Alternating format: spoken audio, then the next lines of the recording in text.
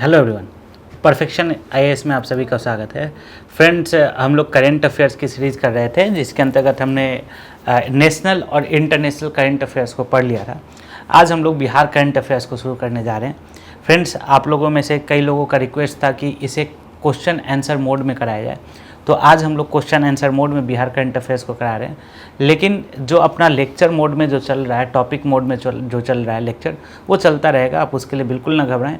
लेकिन कुछ क्वेश्चंस को हमने, क्योंकि बिहार करंट अफेयर्स के अंदर ज़्यादातर जो क्वेश्चंस होते हैं वो वन लाइनर होते हैं, तो इसलिए हमने कुछ क्वेश्चंस को वन लाइनर के फॉर्म में, क्वेश्चंस के फॉर्म में लेकर आए हैं। एंड आई होप कि आप लोग को इससे फ़ायदा मिलेगा। आप लोग अपने जो भी करंट अफेयर्स का जो भी बुक्स है उसको आप इससे क्या कर सकते हैं, जो भी आपने नोट्स बनाया है या जो भी बुक्स है उसको आप इससे इनरिच कर सकते हैं। अगर कुछ पॉइंट छूटा हुआ है तो आप ऐड कर सकते हैं। तो शुरू करते हैं आज के लेक्चर को और समझते हैं।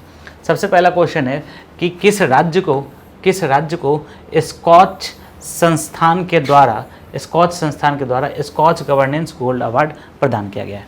अवार्ड का क्या नाम है, याद रखेंगे, स्कॉच गवर्नेंस गोल्ड अवार्ड। ठीक है, आंसर क्या होगा, किस राज्य को दिया गया है, तो बिहार राज्य को दिया गया है। अब क्वेश्चन ये राइज होता है कि आखिर बिहार राज्य को दिया क्यों गया है, और दूसरा प्रश्न ये उठता है कि क्यों कब दिया गया है। तो आपको बता दूं कि अभी 75th स्कॉच कॉन्फ्रेंस जो है वो चल रहा था। 75th स्कॉच कॉन्फ्रेंस चल रहा था और इस कॉन्फ्रेंस के अंतर्गत बिहार को स्कॉच गवर्नेंस गोल्ड अवार्ड दिया गया है। दूसरा क्वेश्चन यह राइज होता है कि क्यों आखिर दिया गया है, रीज़न क्या है। तो बिहार को इसलिए दिया गया है क्योंकि बिहार ने लोक सेवाओं के क्षेत्र में, जो पब्लिक सर्विसेज होते हैं, इस क्षेत्र में ऑनलाइन और ई गवर्नेंस को काफ़ी बढ़ावा दिया है। ऑनलाइन सर्विसेज को बढ़ावा दिया है, ऑनलाइन सर्विसेज को, और ई गवर्नेंस को काफ़ी बढ़ावा दिया है। और क्यों बढ़ावा दिया है, क्योंकि इसके द्वारा जब हम लोग ऑनलाइन सर्विसेज प्रोवाइड करते हैं लोक सेवाओं में, तो जो पारदर्शिता है वो पारदर्शिता काफ़ी आती है। इसलिए, और पारदर्शिता आती है, साथ के साथ जो वास्तविक जिनको आवश्यकता होती है ना, वास्तविक जो हितधारक होते हैं उनके पास सेवाओं तक पहुंचती है। इसीलिए जो बिहार सरकार ने काफ़ी ज़्यादा लोक सेवाओं के अंदर ई गवर्नेंस को अप्लाई किया है और उसके प्रॉपर इम्प्लीमेंटेशन के कारण ही बिहार को स्कॉच गवर्नेंस गोल्ड अवार्ड दिया गया है। क्लियर है सभी को। नेक्स्ट टॉपिक की ओर आगे बढ़ते हैं। नेक्स्ट टॉपिक है, बिहार के किस रेलवे स्टेशन का नाम बदलकर ब्रह्मेश्वर रेलवे स्टेशन कर दिया गया है। तो आपको बता दूं कि सबसे पहले तो इसका जो आंसर होगा वो होगा कि रघुनाथ रेलवे स्टेशन। और ये है क्या, कहाँ पे है, और इसके बारे में कुछ फैक्ट्स हम लोग समझते हैं। सबसे पहली बात अगर हम लोग देखेंगे तो ये जो रघुनाथ रेलवे स्टेशन है ये है कहाँ पे, तो ये है बक्सर में। कहाँ पे है, बक्सर में। दूसरा पॉइंट समझेंगे कि क्यों किया गया है। तो यहाँ पर एक मंदिर है जिस मंदिर को हम लोग क्या कहते हैं, ब्रह्मेश्वर मंदिर कहते हैं। मान्यता है, मंदिर का नाम है ब्रह्मेश्वर मंदिर, है ना, ब्रह्मेश्वर मंदिर। और मान्यता है कि ये जो मंदिर है, ये मंदिर ब्रह्मा भगवान के द्वारा शिव जी के लिए बनाया गया था, ब्रह्मा भगवान के द्वारा बनाया गया था। और ये एक शिव मंदिर है और इस मंदिर में शिव मंदिर है और इस मंदिर में आप देखेंगे कि काफ़ी ज़्यादा सावन के समय काफ़ी ज़्यादा पूजा होता है। तो इसलिए इस मंदिर के रिस्पेक्ट में, इस मंदिर के कारण इस जो रघुनाथ रेलवे स्टेशन जो बक्सर में है उसका नाम क्या रखा गया है, बक्सर में उसका नाम ब्रह्मेश्वर रेलवे स्टेशन कर दिया गया है। ठीक है, और यह जो है ब्रह्मपुर, बक्सर स्थित ब्रह्मपुर प्रखंड में है, तो ये आपको याद रखना चाहिए। नेक्स्ट क्वेश्चन है कि the book of Bihari literature, एक पुस्तक है, इसको किसने लिखा है। पुस्तक का नाम है the book of Bihari literature. तो आपको मैं इसका आंसर बता दूं कि ये जो पुस्तक है ये पुस्तक अभय कुमार के द्वारा लिखी गई है। बुक का क्या नाम है, the book of Bihari literature. और ये जो है बेसिकली ये जो बुक है ये कई सारे लेक्चर्स का, पोएम्स का, लेक्चर्स नहीं बोलेंगे, पोएम्स का, स्टोरीज़ का कलेक्शन है जो कि किसके द्वारा लिखा गया है, जो कि किसी भी समय में जो बिहार में रह रहे लोग हैं उन लोगों के द्वारा लिखा गया है। आज के समय के नहीं, पुराने समय में भी, एंशियंट टाइम में भी जो लोग बिहार में रह रहे थे उनके द्वारा लिखा गया जो भी कहानियाँ हैं या कविताएं हैं उन सभी का कलेक्शन है, जिसे हम लोग क्या कहते हैं, the book of Bihari literature कहते हैं।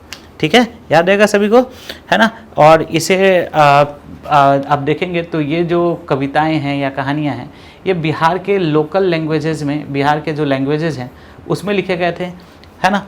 जैसे कि अंगिका में, बज्जिका में, ये सारे पहले से अंगिका में लिखा हुआ था, है ना, या फिर वज्जिका में लिखा हुआ था, मैथिली में लिखा हुआ था, और उन सभी को वज्जिका मैथिली में लिखा गया था और उन सभी को इंग्लिश में ट्रांसलेट किया गया है, इंग्लिश में ट्रांसलेट किया गया है। ठीक है, जिसे क्या कहते हैं हम लोग, the book of Bihari literature कहते हैं। ठीक है, तो बुक ऑफ बिहारी लिटरेचर क्या है, एक जितने भी पोएम्स हैं बिहारियों के द्वारा लिखा गया, या फिर स्टोरीज़ हैं, कहानियाँ हैं, इन सभी का क्या है, ये कलेक्शन है। ठीक है, इन सभी का कलेक्शन है और इसको कन्वर्ट किया गया है किस में, इंग्लिश में। किसके द्वारा लिखा गया है, अभय कुमार के द्वारा लॉन्च किया गया है। इसे लॉन्च किया गया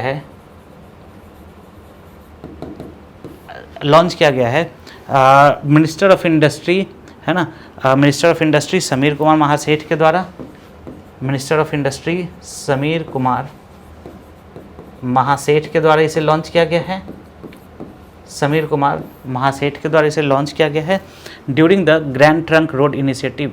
ठीक है, 3.0 उस समय इसको क्या किया गया, लॉन्च किया गया। ठीक है, तो 3 बातें हो गई। पहला जो था वो क्या था कि स्कॉच संस्थान के द्वारा स्कॉच गवर्नेंस गोल्ड अवार्ड, दूसरा ब्रह्मेश्वर रेलवे, और तीसरा the book of Bihari literature. Next question है कि बिहार की किस महिला ने अफ्रीकी महाद्वीप के सबसे ऊंचे पर्वत किलिमंजारो पर पहुंचकर वर्ल्ड रिकॉर्ड कायम किया है। तो आपको बता दूं कि ये जो किलिमंजारो है, ये किलिमंजारो पर अभी जो चढ़ने वाली महिला हैं उनका नाम है लक्ष्मी झा। ये बेसिकली सहरसा के बनगांव से बिलोंग करती हैं, सहरसा के बनगांव से बिलोंग करती हैं, है ना, बनगांव प्रखंड है वहाँ से बिलोंग करती हैं, और ये अभी किलिमंजारो पर चढ़ी हैं। ठीक है, और 8 मार्च को जो विश्व महिला दिवस है उस दिन ये किलिमंजारो का इन्होंने फतह किया और वहाँ पर तिरंगे झंडे को लहराया। ठीक है, आगे बढ़ते हैं नेक्स्ट क्वेश्चन की तरफ। नेक्स्ट क्वेश्चन क्या बोलता है कि 8वें नेशनल यूथ एथलेटिक्स चैंपियनशिप में बिहार के किस खिलाड़ी ने डेकाथलॉन प्रतिस्पर्धा में रजत पदक जीता है। ठीक है, तो इसका जो आंसर होगा वो हो जाएगा पीयूष राज। इसमें जो आपको देखेंगे कि जो भी खेल से संबंधित क्वेश्चंस हैं उसमें बस फैक्ट आपको याद रखना है, ज़्यादा कुछ होता नहीं है। नेक्स्ट क्वेश्चन की तरफ है कि 28 फरवरी से 1 मार्च के बीच बिहार में 2 दिवसीय बाजरा महोत्सव का आयोजन कहाँ किया गया था। तो इसका आयोजन जो है वो भोजपुर में किया गया। आपको पता होगा कि ये जो वर्ष है 2023 का जो वर्ष है इसे हम लोग क्या कहते हैं, ये जो है 2023 का जो वर्ष है ये अंतर्राष्ट्रीय वर्ष सुनिश्चित किया गया है, सुरक्षित किया, अंतर्राष्ट्रीय वर्ष सुनिश्चित किया गया किसके लिए, बाजरा के लिए। ठीक है, इसको हम लोग क्या बोलते हैं, यूएन ने इसको क्या डिक्लेयर किया है, इंटरनेशनल ईयर ऑफ मिलेट। ठीक है, तो इसके लिए बाजरा के लिए क्या अंतर्राष्ट्रीय वर्ष इसे घोषित किया है, जिस कारण से क्या होता है कि इससे संबंधित कई सारे महोत्सव मनाए जा रहे हैं। तो इस महोत्सव का जो बाजरा महोत्सव है, ये बाजरा महोत्सव किया गया, कहाँ पे अपनाया गया, कहाँ पे चलाया गया, तो भोजपुर में, बिहार के भोजपुर में चलाया गया है। तो ये फैक्ट आपको याद रखना चाहिए। नेक्स्ट आगे बढ़ते हैं। नेक्स्ट क्वेश्चन है कि 250 मेगावाट क्षमता वाला कजरा सोलर पावर प्लांट बिहार के किस जिले में स्थित है, जिसका निर्माण कार्य क्या है, प्रारंभ हो चुका है। तो सबसे पहली बात तो कजरा सोलर पावर प्लांट की क्षमता कितनी है, क्वेश्चन में ये आंसर छिपा हुआ है कि इसकी क्षमता कितनी है, तो 250 मेगावाट है। ठीक है, और इसका निर्माण कार्य जो है वो प्रारंभ हो चुका है। तो आप पहले तो इसकी बात मैं बता दूं कि इसका जो आंसर होगा वो आंसर होगा लखीसराय में। ठीक है, और इसे जो बनाया जा रहा है वो किस परियोजना के अंतर्गत बनाया जा रहा है, जल जीवन हरियाली जल जीवन हरियाली परियोजना के अंतर्गत इसे चलाया जा रहा है। जल जीवन हरियाली परियोजना के अंतर्गत इसे चलाया जा रहा है।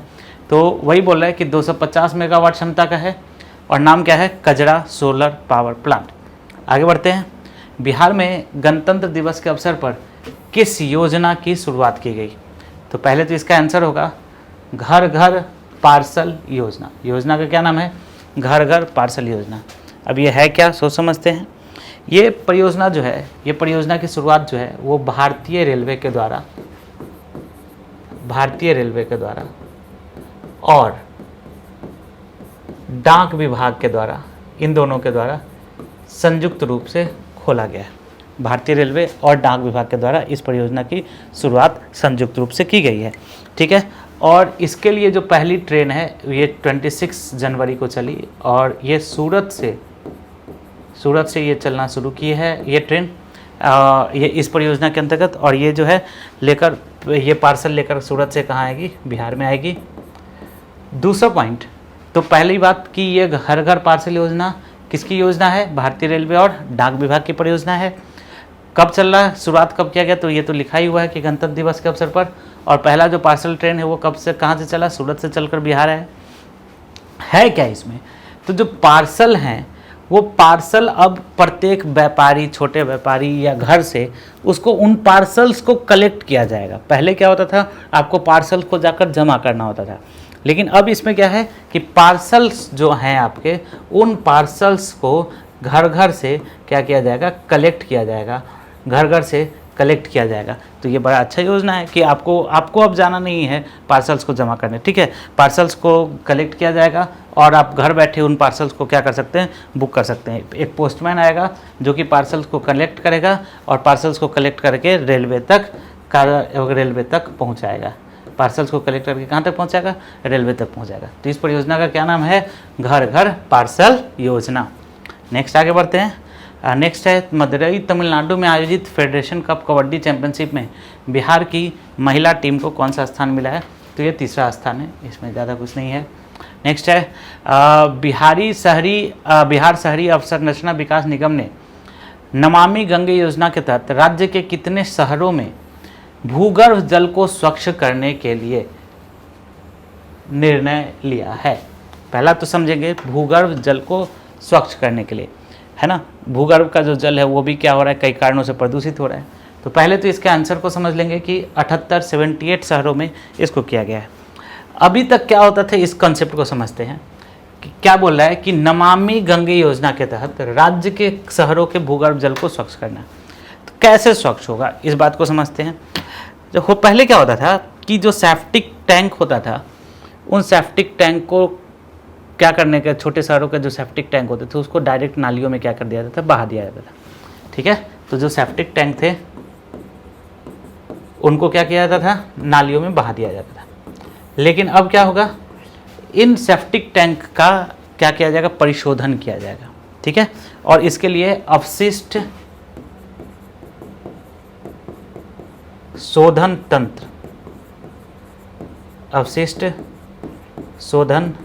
तंत्र लगाया जाएगा। ठीक है, अपशिष्ट शोधन तंत्र लगाया जाएगा। और जब अपशिष्ट शोधन तंत्र लगेगा तो क्या होगा, ये जो आप देख रहे होंगे कि जो ग्राउंड वाटर है वो भी ग्राउंड वाटर क्या होते जा रहा है, डिप्लीट होते जा रहा है, कम होते जा रहा है। तो हमारे पास जल की भी कमी है। तो जब अपशिष्ट शोधन तंत्र करेंगे तो जो अपशिष्ट का शोधन होगा वो क्या होगा, खाद के रूप में, है ना, जैविक खाद के रूप में यूज हो जाएगा। और अपशिष्ट जो शोधक होगा वो जैविक खाद के रूप में यूज हो जाएगा। और जो जल है उस जल से हम लोग क्या कर पाएंगे, सिंचाई कर पाएंगे। उस जल से हम लोग क्या कर पाएंगे, सिंचाई कर। तो दोनों ही काम जो है, दोनों ही काम हो पाएगा। तो इसके लिए 78 शहरों को चुना गया है, छोटे छोटे शहरों को चुना गया है। और ये जो है बिहार शहरी अवसंरचना विकास निगम के द्वारा किया जा रहा है। तो बहुत इंपॉर्टेंट क्वेश्चन है, इसको आप लोग ध्यान में रखेंगे। ठीक है, नेक्स्ट आगे बढ़ते हैं नेक्स्ट टॉपिक की ओर। नेक्स्ट टॉपिक है कि हाई कोर्ट के चीफ जस्टिस कौन है? तो कृष्णन विनोद चंद्रन, आप लोग को पता ही होगा, ये बहुत इंपॉर्टेंट नहीं है। नेक्स्ट है कि बिहार के किस जिला के सिकंदरपुर औद्योगिक क्षेत्र में बिहार का पहला फल और सब्जी के लिए निर्यात सेंटर बनाया जाएगा? ठीक है। निर्यात सेंटर का मतलब क्या है कि वहाँ से लोग जाकर क्या एक कलेक्शन सेंटर होगा, वहाँ से लोग जाकर क्या करेंगे, खरीदेंगे। तो ये तो पहले समझ लो कि फल, पहला क्वेश्चन क्या बनता है कि बिहार का पहला फल और सब्जी निर्यात सेंटर कहाँ पे लगाया जा रहा है, तो समझ लो सिकंदरपुर औद्योगिक क्षेत्र में, है ना। क्वेश्चन में ही एक आंसर है कि बिहार का पहला फल और सब्जी निर्यात सेंटर कहाँ पे बनाया जा रहा है, तो सिकंदरपुर औद्योगिक क्षेत्र में। और ये है सिकंदरपुर औद्योगिक क्षेत्र कहाँ का, तो ये आपको याद रखना कि ये पटना का है। नेक्स्ट क्वेश्चन की बात करें, वैभवगिरी पर्वत, तो ये तो पता ही होगा कि वैभवगिरी पर्वत जो है वो राजगीर के अंदर है, नालंदा का पार्ट है। नेक्स्ट है नेशनल यूथ गेम्स के 5वें संस्करण में बिहार को कुल कितने पदक मिले, टोटल 7 मिला है, ठीक है। 1 गोल्ड और 1 सिल्वर और 5 जो है वो ब्रॉन्ज, ठीक है। गोल्ड, सिल्वर और ब्रॉन्ज, तो टोटल कितना हो गया, 7 हो गया, ठीक है। तो 5वें संस्करण में बिहार ने कितने पदक जीते, तो टोटल 7। नेक्स्ट है न्यूजीलैंड के ऑकलैंड में आयोजित कॉमनवेल्थ पावर लिफ्टिंग चैंपियनशिप में सुधा कुमारी ने 4 गोल्ड तथा 1 सिल्वर पदक जीता। ये बिहार के किस जिले की रहने वाली हैं, ठीक है। तो ये जो सुधा कुमारी हैं, ये जो है पटना की रहने वाली हैं और वर्तमान में जल संसाधन विभाग में कार्यरत हैं, ठीक है। तो याद रखेंगे, नाम क्या है इनका, सुधा कुमारी। और ये ऑकलैंड में आयोजित, न्यूजीलैंड के ऑकलैंड में आयोजित कॉमनवेल्थ पावर लिफ्टिंग चैंपियनशिप में इन्होंने प्राइज जीता है, ठीक है।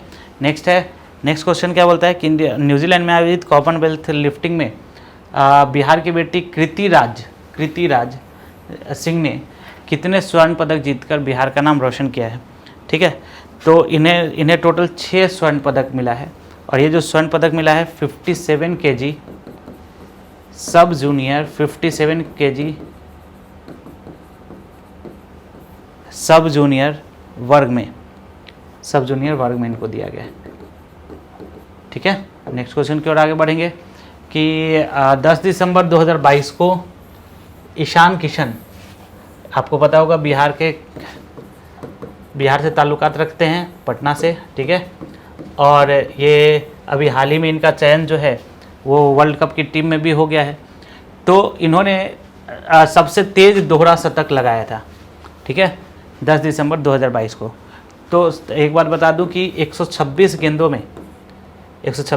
में इन्होंने दोहरा शतक लगाया था, जो कि सबसे तेज़ दोहरा शतक का रिकॉर्ड है। और ये जो शतक लगाया है वो किसके खिलाफ लगाया है, बांग्लादेश के खिलाफ लगाया है। और ये विकेट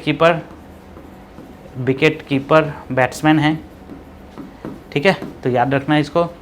नेक्स्ट टॉपिक की ओर आगे बढ़ते हैं कि टोक्यो पैरालंपिक में बिहार के 2 एथलीटों ने पदक जीता है। तो सबसे पहला तो मुजफ्फरपुर के शरद कुमार हैं। तो यहाँ से एक बात याद रखना कि मुजफ्फरपुर से बिलोंग करते हैं शरद कुमार। और इन्होंने ऊंची कूद प्रतियोगिता में इनको कौन सा पदक मिला है, कांस्य पदक मिला है, तो ये बिल्कुल करेक्ट है। दूसरा है वैशाली के हैं प्रमोद भगत, तो ये भी बिल्कुल सही है कि ये प्रमोद भगत जो है वो कहाँ से बिलोंग करते हैं, वैशाली से। और इन्हें बैडमिंटन में स्वर्ण पदक मिला है, तो ये भी सही है। इसका आंसर क्या हो जाएगा, सी की ए भी सही है और बी भी सही है, दोनों ही करेक्ट है। नेक्स्ट आगे बढ़ते हैं कि किस नगर निगम ने भारत की पहली डिजिटल करेंसी जारी की है, तो इसका भी आंसर हो जाएगा पटना नगर निगम ने। पटना नगर निगम ने क्या किया है, भारत की पहली डिजिटल करेंसी जारी की है, central bank digital currency, CBDC, ठीक है, सेंट्रल बैंक डिजिटल करेंसी, ये जो है जारी किया गया है मई 2023 में, ठीक है। नेक्स्ट है कि बिहार के किस महिला को राष्ट्रीय फ्लोरेंस नाइटिंगेल अवार्ड 2023 दिया गया है, राष्ट्रीय फ्लोरेंस नाइटिंगेल अवार्ड 2023। तो ये जो है इसका आंसर हो जाएगा ANM गायत्री कुमारी को दिया गया है। ये जो है सब हेल्थ सेंटर अभी वर्तमान में सब हेल्थ सेंटर कहाँ पे, गवई विलेज में सब हेल्थ सेंटर गवई विलेज में और ये कौन से डिस्ट्रिक्ट में है, तो शेखपुरा डिस्ट्रिक्ट में, शेखपुरा डिस्ट्रिक्ट में, गवाई ज़िले में शेखपुरा डिस्ट्रिक्ट में ये पोस्टेड हैं। और ये जो है फ्लोरेंस नाइटिंगेल अवार्ड इनको दिया गया है। इन्होंने ये कोरोना के समय में इनको जो दिया गया वो कोरोना वॉरियर के रूप में, कोरोना वॉरियर के रूप में इन्होंने काफ़ी अच्छा काम किया था, उसके लिए दिया गया है। और ये जो अवार्ड दिया जाता है, ये अवार्ड दिया जाता है किसके द्वारा, तो दिया जाता है ministry of health, ministry of health and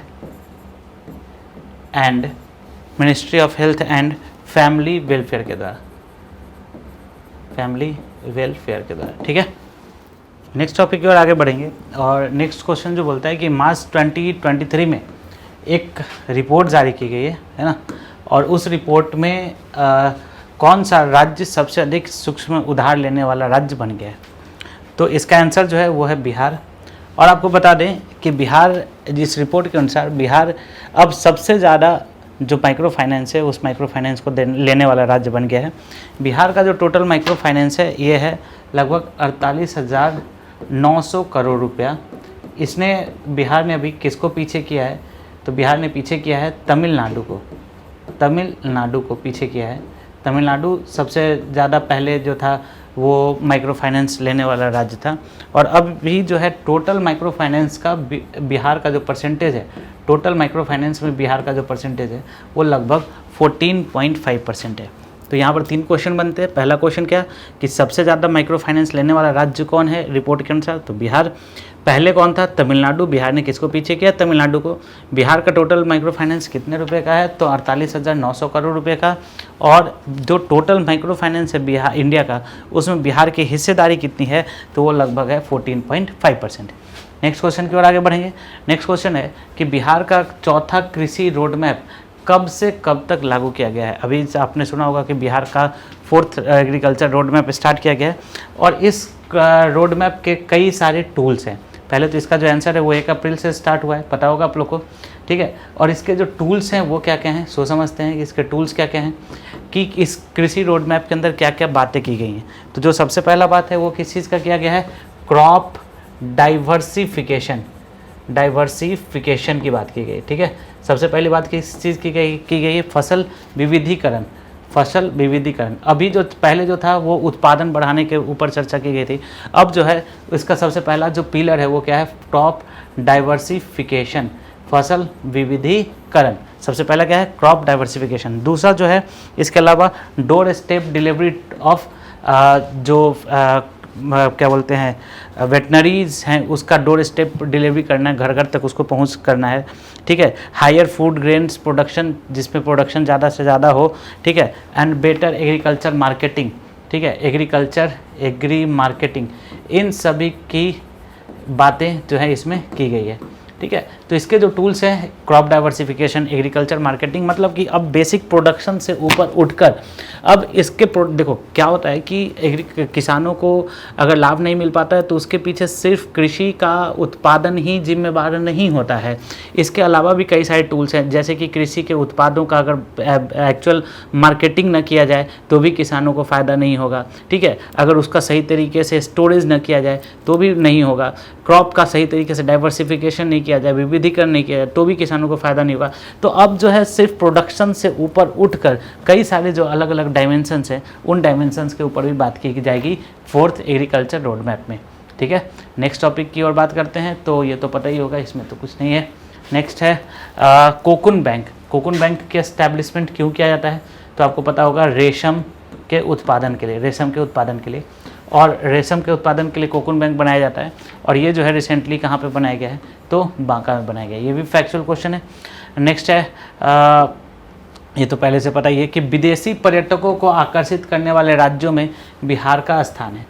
तो अभी विदेशी पर्यटक को बिहार में अभी टॉप 10 में बिहार आया है। बिहार का जो पोजीशन है वो 9th है। ठीक है, बिहार का जो पोजीशन है वो क्या है, 9th है। विदेशी पर्यटक बिहार में सबसे पहले तो क्यों आते हैं और क्या क्या इससे संबंधित फैक्ट्स हैं, इन सब की बात कर लेते हैं। सबसे ज़्यादा जो फर्स्ट पोजीशन है वो किसका है, महाराष्ट्र का। सबसे ज़्यादा अगर विदेशी पर्यटक कहीं आते हैं तो कहाँ पे आते हैं, महाराष्ट्र में आते हैं सबसे ज़्यादा। उसके बाद तमिलनाडु में है सेकेंड पोजीशन, और बिहार का तमिलनाडु में है, और बिहार का जो पोजीशन है वो क्या है, 9th है। तो बिहार में क्यों विदेशी पर्यटक ज़्यादा आते हैं और कैसे, क्या क्या है इसके पीछे का रीज़न समझ लो। तो बिहार क्या है कि बुद्ध से संबंधित, बौद्ध धर्म से संबंधित कई सारे यहाँ पर स्थल हैं। इसके अलावा जैन धर्म से संबंधित या फिर सनातन धर्म से संबंधित, है ना, सब धर्म यहाँ पर बेसिकली जो पर्यटक आते हैं वो किससे संबंधित आते हैं, धार्मिक पर्यटक जो हैं वो बिहार में ज़्यादा आते हैं। तो बिहार का जो स्थान है वो कौन सा स्थान हो गया, 9th स्थान हो गया। और भारत में जितने पर्यटक आते हैं उसमें फिर लगभग 4.3% पर्यटक, 4.3% पर्यटक जो हैं वो बिहार में आते हैं। कौन से पर्यटक की बात करूँ मैं, विदेशी पर्यटक की बात करूँ। तो ये इंपॉर्टेंट क्वेश्चन है, इसको भी आप लोग ध्यान में रखेंगे, ये इंपॉर्टेंट क्वेश्चन है। नेक्स्ट क्वेश्चन की बात करते हैं, नेक्स्ट टॉपिक की ओर आगे बढ़ते हैं। तो नेक्स्ट टॉपिक क्या बोलता है कि 20 जून 2023 से बिहार के किस जिले के कैथवालिया में विराट रामायण मंदिर के निर्माण कार्य की शुरुआत की गई है। तो यहाँ पर सबसे पहले तो क्वेश्चन समझेंगे कि विराट रामायण मंदिर काफ़ी न्यूज़ में रहता है। ये है कहाँ पे शुरुआत किया गया है, कैथवालिया में। ये है कौन से प्रखंड में, कैथवालिया जो है कहाँ पे, सो मैं बता दूँ ये केसरिया प्रखंड में है। और ये केसरिया कौन से ज़िले में है, तो ये पूर्वी चंपारण, कौन से ज़िले में है, पूर्वी चंपारण में। और पूर्वी चंपारण जिले में है केसरिया, पूर्वी चंपारण जिले में हो गया, ठीक है। कब इसकी शुरुआत की गई है, मंदिर का क्या नाम है, विराट रामायण मंदिर। शुरुआत कब की गई है, 20 जून 2023 को इसकी शुरुआत की गई है कहाँ पे, तो पूर्वी चंपारण में। और इसमें जो है विश्व के सबसे बड़े शिवलिंग की स्थापना की बात की गई है। विश्व के सबसे बड़े शिवलिंग की स्थापना की बात की गई है, सबसे बड़े शिवलिंग की स्थापना, है ना। और इसके अलावा आप देखेंगे तो इसकी जो ये बहुत बड़ा मंदिर है, विराट रामायण मंदिर इसका नाम ही है। और देखेंगे तो इसकी जो ऊंचाई है, वो लगभग ऊंचाई जो है 270 फीट है ना, 270 फीट। उसके बाद इसकी लंबाई देखेंगे, ऊंचाई 270 फीट, इसकी जो लंबाई है वो आप देखेंगे कि 1080 फीट है, 1080 फीट। और इसकी जो चौड़ाई आप लोग देखेंगे तो इट इज़ 540 फीट, ठीक है। तो काफ़ी लंबा चौड़ा विस्तृत ये मंदिर है, याद रखेंगे। इसे 2025 तक टारगेट रखा गया है कि 2025 तक इसको कंप्लीट किया जाएगा। टारगेट है कि इसको 2025 तक पूरा किया जाएगा। और आप एक और बात देखेंगे कि इसकी संरचना जो है, जो अंकोर वाट के अंदर जो मंदिर है उसकी तर्ज पर इसे बनाया जाएगा। कंबोडिया का अंकोर वाट मंदिर जो है उसकी तर्ज पर इसे बनाया जाएगा। तो याद रखेंगे मंदिर की शुरुआत की गई है 20 जून 2023 से। है कहाँ पे, कैथवालिया में। कैथवालिया है कहाँ पे, केसरिया प्रखंड में। और केसरिया प्रखंड कहाँ पे है, पूर्वी चंपारण में, ठीक है। ये यहाँ पर विश्व का सबसे बड़ा शिवलिंग का निर्माण किया जाएगा। ऊंचाई आपने देख ही लिया है, ऊंचाई लंबाई चौड़ाई विस्तृत है ये। और इसे 2025 तक पूरा करने का टारगेट है और इसे अंकोर वाट मंदिर की तर्ज पर बनाया गया है। नेक्स्ट क्वेश्चन है कि राष्ट्रीय हरित प्राधिकरण एनजीटी ने बिहार में बहने वाली किस नदी को घड़ियाल वन्यजीव अभयारण्य और इको सेंसिटिव जोन घोषित करने का निर्देश बिहार सरकार को दिया है। तो सबसे पहली बात कि ये जो घड़ियाल वन्यजीव अभयारण्य बनाने का निर्देश किसने दिया है, एनजीटी ने। दूसरा, इको सेंसिटिव जोन किसने दिया है, एनजीटी ने। है कौन से नदी के अंदर, तो सोन नदी के अंदर। अब इसके बारे में समझते हैं कि हुआ क्या है। तो देखो आप, ये जो सोन नदी घाटी का क्षेत्र है, यहाँ पर बालू खनन किया जाता है। आप लोगों को पता होगा बालू खनन किया जाता है। और जब यहाँ पर बालू खनन होता है, कॉन्सेप्ट समझेंगे, जब यहाँ पर बालू खनन होता है तो जो यहाँ पर स्पीसीज हैं, जैसे कि घड़ियाल हो गया, ठीक है, घड़ियाल हो गया, कछुआ हो गया, इन सभी का क्या होता है, इन सभी का जो हैबिटेट है, इन सभी का जो निवास स्थल है वो क्या होता है, प्रभावित होता है। तो इसके लिए इन जीवों के संरक्षण के लिए इसे इको सेंसिटिव जोन और घड़ियाल वन्यजीव अभयारण्य बनाने की घोषणा की गई है। ये कॉन्सेप्ट और समझेंगे कि ये जो प्राधिकरण है एनजीटी, राष्ट्रीय हरित प्राधिकरण, इसकी जो अध्यक्षता है वो जस्टिस ए के गोयल के द्वारा की गई थी, ठीक है, याद रहेगा सभी को। नेक्स्ट क्वेश्चन की ओर आगे बढ़ते हैं कि किस तिथि को G20 के तहत L20 लेबर 20 सम्मेलन का आयोजन किया गया था। पटना में किया गया था। तो सबसे पहली बात कि लेबर 20 का आयोजन कहाँ पे किया गया? पटना में किया गया। और ये कब से कब तक? 21 से लेकर 23 जून तक इसका आयोजन कहाँ पे किया गया? पटना में किया गया। इसका उद्घाटन राज्यपाल ने किया, उद्घाटन जो है राज्यपाल ने किया है, और इसकी अध्यक्षता राज्यपाल ने किया है, और इसकी जो अध्यक्षता है, ये अध्यक्षता किया है हिरण्मय पांड्या ने, जो कि भारतीय मजदूर संघ के अध्यक्ष हैं। हिरण्मय पांड्या ने, जो कि भारतीय मजदूर संघ के अध्यक्ष, भारतीय मजदूर संघ के अध्यक्ष। याद रहेगा सभी को। नेक्स्ट आगे बढ़ते हैं कि नेक्स्ट जो क्वेश्चन है वो है कि बिहार बढ़कर रहेगा। ये पुस्तक अभी रिसेंटली में न्यूज़ में था, क्योंकि ये जो पुस्तक है लिखा है डॉक्टर जगन्नाथ मिश्र ने। ये बिहार के पूर्व मुख्यमंत्री थे, और इनके बड़े बेटे ने अभी इसे मुख्यमंत्री को दिया था इसे। तो बिहार बढ़कर रहेगा, ये पुस्तक किसके द्वारा लिखा गया है? ये डॉक्टर जगन्नाथ मिश्र के द्वारा लिखा गया है। इसका विमोचन तत्कालीन राष्ट्रपति स्वर्गीय प्रणब मुखर्जी जी ने के द्वारा किया गया था। नेक्स्ट क्वेश्चन की ओर आगे बढ़ेंगे कि बिहार के किस जिले में पहले पशु विज्ञान विश्वविद्यालय की आधारशिला रखी गई है? तो ये पटना में है ना। और पटना के अंदर जो पटना विश्वविद्यालय वेटनरी कॉलेज है, वेटनरी कॉलेज है ना, वेटनरी कॉलेज, वहाँ उसी के अंदर जो है इसकी पशु विज्ञान विश्वविद्यालय की आधारशिला रखी गई है। नेक्स्ट है G20 बैठक के दौरान मिथिला पेंटिंग की लाइव डेमो देने के लिए बिहार के किस कलाकार का चयन किया गया था? तो किरण देवी को और संगीता देवी को। इसलिए इसका आंसर जो हो जाएगा, आप नाम याद रखेंगे कौन कौन सा नाम क्या है, किरण देवी और संगीता देवी। इसलिए इसका जो आंसर हो जाएगा वो क्या हो जाएगा? उपयुक्त दोनों हो जाएगा। आपको पता होगा कि ये जो है मिथिला पेंटिंग का डेमो देने के लिए इन दोनों का चयन किया गया है। और ये जो है बेसिकली अगर आप देखेंगे तो भारत मंडपम के बारे में मैंने आपको 2-3 दिन पहले पढ़ाया था, वहाँ से ये इन कार्यक्रम का प्रसारण किया जाएगा। नेक्स्ट है बिहार में कितने जगहों पर खेल विज्ञान केंद्र? तो सबसे पहली बात कि खेल विज्ञान केंद्र होता क्या है? तो खिलाड़ियों को अच्छे तरीके से प्रशिक्षण देने के लिए, वैज्ञानिक तरीके से प्रशिक्षण देने के लिए, उनके कौशल में सुधार के लिए, उनके प्रतिभा में, उनके कौशल में सुधार के लिए, और कौशल में सुधार के लिए, और प्रतिभा में, कौशल में सुधार के लिए, और प्रतिभा में निखार के लिए, है ना, प्रतिभा में निखार के लिए खेल विज्ञान केंद्र की स्थापना की गई है। और टोटल बिहार में 5 खेल विज्ञान केंद्र जो हैं वो खोले जाएंगे। ठीक है, याद रहेगा सभी को। नेक्स्ट क्वेश्चन की ओर आगे बढ़ते हैं। नेक्स्ट क्वेश्चन है कि बिहार के समग्र, इसमें मैंने टिक लगाया था। नेक्स्ट है बिहार के समग्र विकास के लिए राज्य सरकार द्वारा 1 अप्रैल 2023 को चौथा कृषि रोडमैप लागू किया गया था। तो कृषि, ऑब्वियस सी बात है ये कृषि के समग्र विकास के लिए, तो ठीक है। इस अवधि में राज्य सरकार द्वारा कृषि से जुड़े विकास कार्यों पर लगभग 162 लाख करोड़ रुपए जो है वो खर्चे किए जाएंगे। तो 5 साल में, ये भी फैक्ट सही है। और 12 विभागों को इसमें सम्मिलित किया जा रहा है। तो टोटल जो इसका आंसर हो जाएगा वो हो जाएगा 1, 2 और 3। नेक्स्ट क्वेश्चन है कृषि के समग्र विकास के लिए बिहार सरकार पहला कृषि रोडमैप कब शुरू किया गया था? तो आप लोगों को पता होगा 2008 से भारत जो है वो प्रथम कृषि रोडमैप शुरू किया गया था। नेक्स्ट है राष्ट्रीय बहुआयामी गरीबी सूचकांक। याद रखेंगे सभी लोग, राष्ट्रीय बहुआयामी गरीबी सूचकांक से संबंधित निम्नलिखित कथनों पर विचार करना है। ठीक है, तो ये जो है ये शुरू कब किया गया था? तो 17 जुलाई 2023 को नीति आयोग ने दूसरी राष्ट्रीय बहुआयामी निर्धनता सूचकांक जारी की। बिल्कुल सही है। भारत में गरीबी की संख्या में कमी दर्ज की गई है। तो ये भी फैक्ट सही है कि भारत में जो है गरीबी की संख्या में 9.89% जो है कमी दर्ज की गई है। भारत में सबसे ज़्यादा गरीबों की संख्या उत्तर प्रदेश में गिरावट दर्ज की गई, ठीक है, और इसके बाद बिहार का स्थान, ये भी ठीक है। और बिहार में जो है लगभग कितना परसेंट, बिहार में स्पेसिफिक देखें तो ये भी फैक्ट सब याद रखेंगे कि बिहार में लगभग 18.13% जो है गरीबी क्या की गई है, की कमी दर्ज की गई है।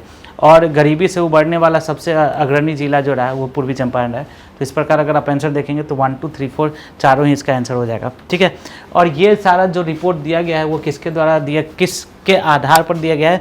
तो याद रखेंगे आप लोग कि राष्ट्रीय परिवार स्वास्थ्य सर्वेक्षण, राष्ट्रीय नेशनल फैमिली हेल्थ सर्वे, राष्ट्रीय परिवार स्वास्थ्य सर्वेक्षण NFHS 5 के द्वारा जो है के अकॉर्डिंगली इसको दिया गया है। ठीक है, तो आज हमने लगभग 35 क्वेश्चंस करा है। नेक्स्ट टॉपिक में हम कुछ और क्वेश्चंस और कुछ और टॉपिक्स के साथ आगे बढ़ेंगे। टिल देन आप लोग रिवाइज करते रहिए, पढ़ते रहिए। Thank you.